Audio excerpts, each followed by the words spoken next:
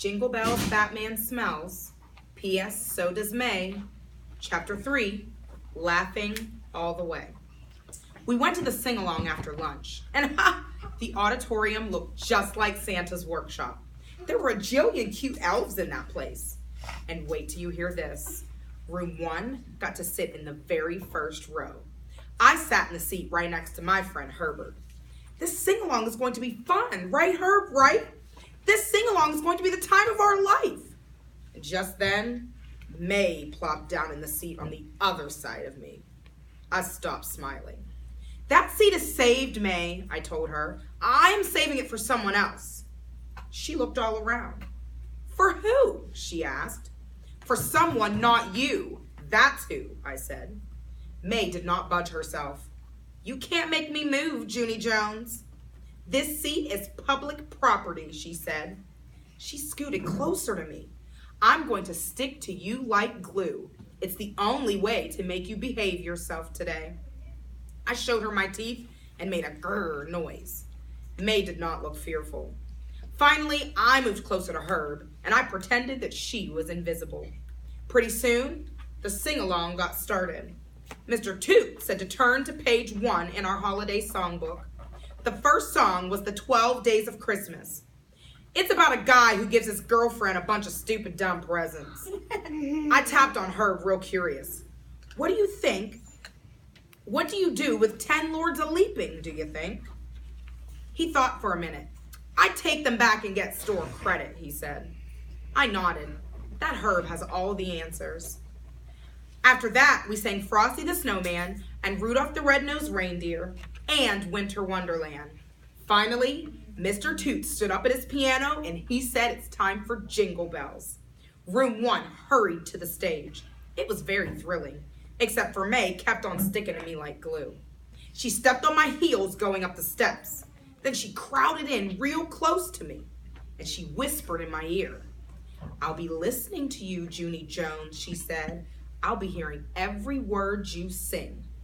And I smiled to just myself, because I had a surprise up my arm, that's why. Pretty soon, Mr. Toot raised his hands to start the song. I stood up straight and tall. Then I took a big breath, and I sang the words loud and clear. Dashing through the snow in a one-horse open sleigh, o'er the fields we go, laughing all the way, ha ha ha, bells on bobtail ring, making spirits bright. What fun it is to ride and sing a sleighing song tonight. My eyes glanced at May. Her face looked disappointed almost. I smiled. Then I took another breath and I sang the chorus in her ear. Oh, jingle bells, Batman smells, P.S. so does May. I throw May right off the sleigh and then I drive away. Hey, yelled May. I laughed at that funny moment because hey fit right into the song. Room 1 sang the chorus again, but I was laughing way too hard to sing. It was the joke of my life, I tell you. Only too bad for me, because as soon as we got back to the room, May tattletaled her head off. It was not good. Mr. Scary called us up to his desk. He said he was very disappointed in both of us. Only unfortunately, there's not enough time to send us to the office. I started to relax a teensy bit. Only just then, the bad news came. 'Cause what do you know? Mr. Scary said there was exactly enough time for him to write a note to our parents. Chapter 4, Going Last. Wednesday. Dear first grade journal, Mother and Daddy were not good sports about the note. They said it is not funny to throw someone off a sleigh. That made me laugh all over again.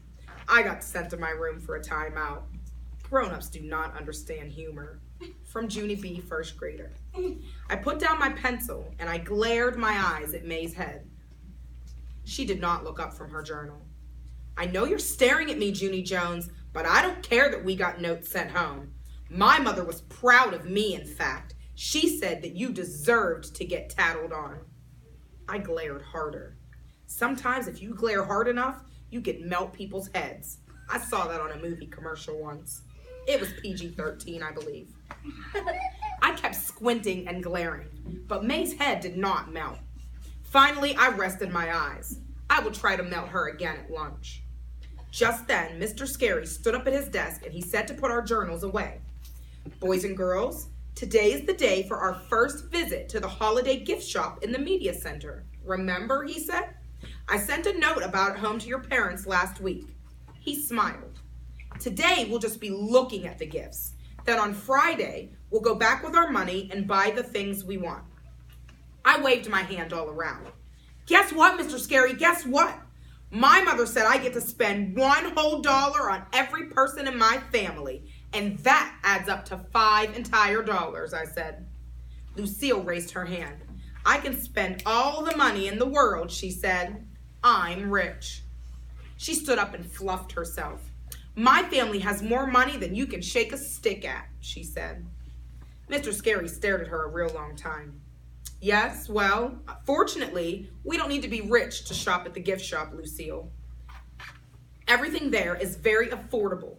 Does everyone know what affordable means? I do, I called out. Affordable means cheap. My grandpa Frank Miller loves cheap. Sheldon jumped up. Hey, my grandpa loves cheap too.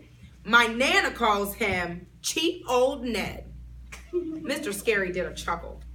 Before we go to the gift shop, we're going to draw names for our Secret Santa gift party. That way you'll be able to look for your Secret Santa gifts while you're down there too, he said. We've been talking about this party all week. Can anyone tell me the most important rule about being a Secret Santa? Room 1 shouted the rule together. You must keep the secret. Mr. Scary did a thumbs up. Yes, excellent. After you pick your name today, you must keep the name a secret. If you don't keep it a secret, then you're not really a Secret Santa, are you? After that, he carried around a basket with everyone's names in it. Children closed their eyes and they picked a name. Only too bad for me, because I'm in the very last seat of the very last row. And so when Mr. Scary finally got to me, there was only one dumb name left in the whole entire basket. And here is the dumbest part of all. My teacher pretended I should be happy about it. Congratulations, Junie B. Jones, he said. You have the honor of choosing the final name. I drummed my fingers, very annoyed. Okay, see, one name left is not actually choosing, I said. One name left is take it or leave it. I crossed my arms. I hate being in this seat, Mr. Scary. I hate it. I get all the bad stuff back here. Even on the very first day of school, I got the only crayons that were already used. Mr. Scary looked up at the ceiling. Yes, Junie B., I know that. We all know that, he said. You mention it every time we color. I looked at some of my friends. Did I mention that my red crayon wasn't even pointy? 'Cause it wasn't, you know. My red crayon was already roundy, said Lenny. Yes, you told us that already. I drummed my fingers some more. Did I mention that my greenie was broken in half?